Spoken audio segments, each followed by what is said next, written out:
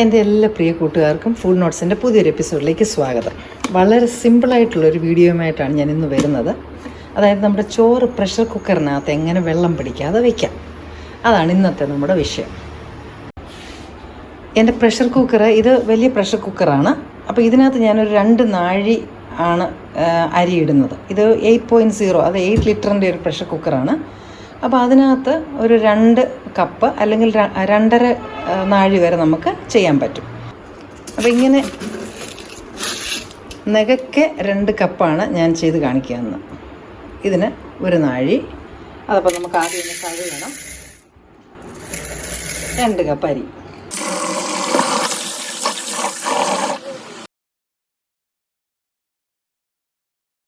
ഞാൻ ഇതിനകത്ത് വെള്ളം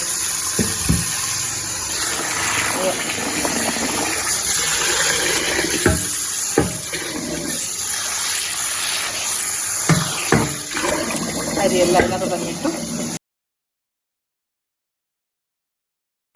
ഏകദേശം ഒരു 1.5 ഇഞ്ച് താഴെയായിട്ട് ആണ് വെള്ളം ഇരിക്കുന്നത്. അത്രയും വെള്ളം വേണം. അതല്ലെങ്കിൽ ചോറിൻ്റെ പശ കൊണ്ട് അത് വെള്ളം പിടിച്ചു പോകും. നമുക്ക് തീ ഒന്ന് കത്തിക്കാം. ഇത് മീഡിയമിൽ തിളപ്പിച്ചാൽ മതി കേട്ടോ. അടപ്പ് വെച്ചു. ഈ ലിഡിൽ വിസിൽ വെച്ചതിന് ശേഷം പ്രഷർ കുക്കർ അടയ്ക്കരുത്. ആദ്യമേ പ്രഷർ കുക്കർ അടയ്ക്കുക. അപ്പോൾ എക്സ്ട്രാ അതിനകത്ത് എയർ ഉണ്ടെങ്കിൽ അതങ്ങ് എസ്കേപ്പ് ചെയ്തോളും. അതിന് ശേഷം മാത്രം കറക്റ്റായിട്ടുള്ള കാര്യം, പല പ്രഷർ കുക്കർ നമ്മുടെ വീട്ടിലുണ്ടാവാം കേട്ടോ. അപ്പോൾ അതുകൊണ്ട് കറക്റ്റായിട്ടുള്ള വിസിൽ എടുത്ത് അത് അടച്ചു വെച്ചു. അപ്പോൾ ഇനി ഇത് ഒറ്റ വിസിലേ വരാൻ പാടുള്ളൂ കേട്ടോ. കറക്റ്റായിട്ട് നമുക്ക് ചോറ് വേവിച്ചെടുക്കാം. ഇതുപോലെ എളുപ്പം. കാരണം നമ്മുടെ ഈ പാലക്കാടൻ മട്ട പോലത്തെ അല്ലെങ്കിൽ ഹാർഡായിട്ടുള്ള ബോയിൽഡ് റൈസ് വേകണമെങ്കിൽ ഒരുപാട് സമയം വേണം. അപ്പോൾ എന്ത് ഗ്യാസ് പോകും നമ്മുടെ, അതുപോലെ തന്നെ നമ്മുടെ സമയം പോകും. ഇത് വരാറായി വരുന്നുണ്ട്. ഒറ്റ വിസിൽ വന്നാൽ മതി. ഞാൻ തീ ഓഫ് ചെയ്തു. ഇനി ഇങ്ങനെ ഒരു 10 മിനിറ്റ് ഇരിക്കട്ടെ. ഓരോ അരിക്കും ഓരോ വേവാണ്. അപ്പോൾ നമ്മൾ ആദ്യം ചെയ്യുമ്പോൾ നമ്മളത് ഇച്ചിരി ശ്രദ്ധിക്കണം. അപ്പോൾ അതനുസരിച്ച് നമുക്ക് അടുത്ത പ്രാവശ്യം നമുക്ക് ബുദ്ധിമുട്ടില്ലാതെ ചെയ്യാം. അപ്പോൾ 10 മിനിറ്റ് ശേഷം തുറന്ന് നോക്കിയതിന് ശേഷം നമുക്ക് അത് എത്രമാത്രം വെന്തില്ലെങ്കിൽ എന്ത് ചെയ്യണം, വെന്തെങ്കിൽ എന്ത് ചെയ്യണം എന്നൊക്കെയുള്ള കാര്യം നമുക്ക് പിന്നെ തീരുമാനിക്കാം. ഇതിപ്പോൾ കറക്റ്റായിട്ട് 10 മിനിറ്റായി. ഇപ്പോഴും ഗ്യാസ് മുഴുവൻ പോയിട്ടില്ല. ഉണ്ട്. അതിൻ്റെ ഗ്യാസ് മുഴുവൻ കളയണം.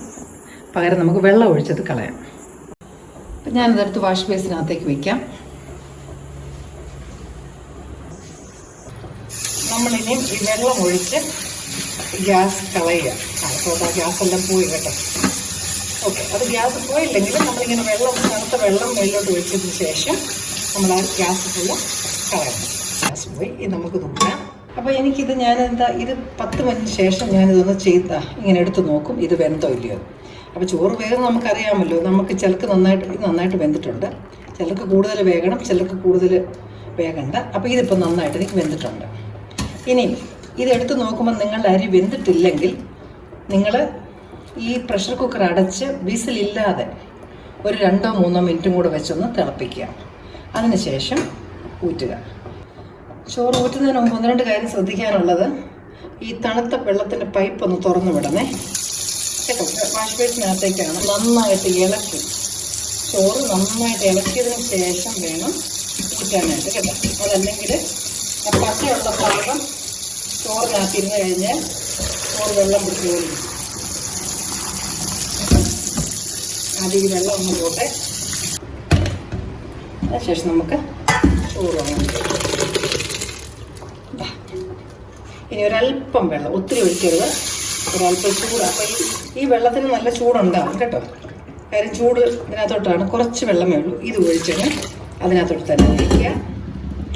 അതിനുശേഷം ഈ ചോറൊന്നെടുത്ത് ഇങ്ങനെ ഒന്ന് കുടഞ്ഞ് അങ്ങോട്ട് കുടഞ്ഞ് ഈ പ്രഷർ കുക്കറിൽ തന്നെ ഇങ്ങനെ വെച്ച് അത് കുറച്ച് നേരം അടച്ചു വയ്ക്കുക. ഇടയ്ക്കിടയ്ക്ക് നമ്മൾ ഈ ചോറെടുത്ത് ഇതൊന്നെടുത്ത് ഇങ്ങനെ ഒന്ന് കുടഞ്ഞിട്ട് കൊടുക്കണം. എന്നിട്ട് നന്നായിട്ട് വെള്ളം പോകത്തക്കണം ഒന്ന് ചരിച്ച് ഇങ്ങനെ വെക്കുക.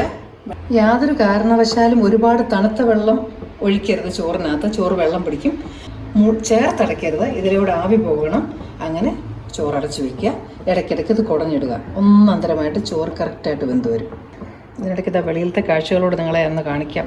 പൂക്കളൊക്കെ പൂത്ത് നിൽപ്പുണ്ട് അവിടെ കേട്ടോ. ചോറ് റെഡിയാണ്, പെട്ടെന്ന് വെന്തും കിട്ടും. ഇതിൻ്റെ പുറകെ നമ്മൾ നിൽക്കേണ്ട. ഇനി നിങ്ങൾക്ക് ഇതുപോലെ ഇഷ്ടപ്പെടുന്ന നല്ലൊരു വിഭവമായിട്ടോ റെസിപ്പിയുമായിട്ടോ ഞാൻ വീണ്ടും എത്തും. Till then I M signing off. Stay safe.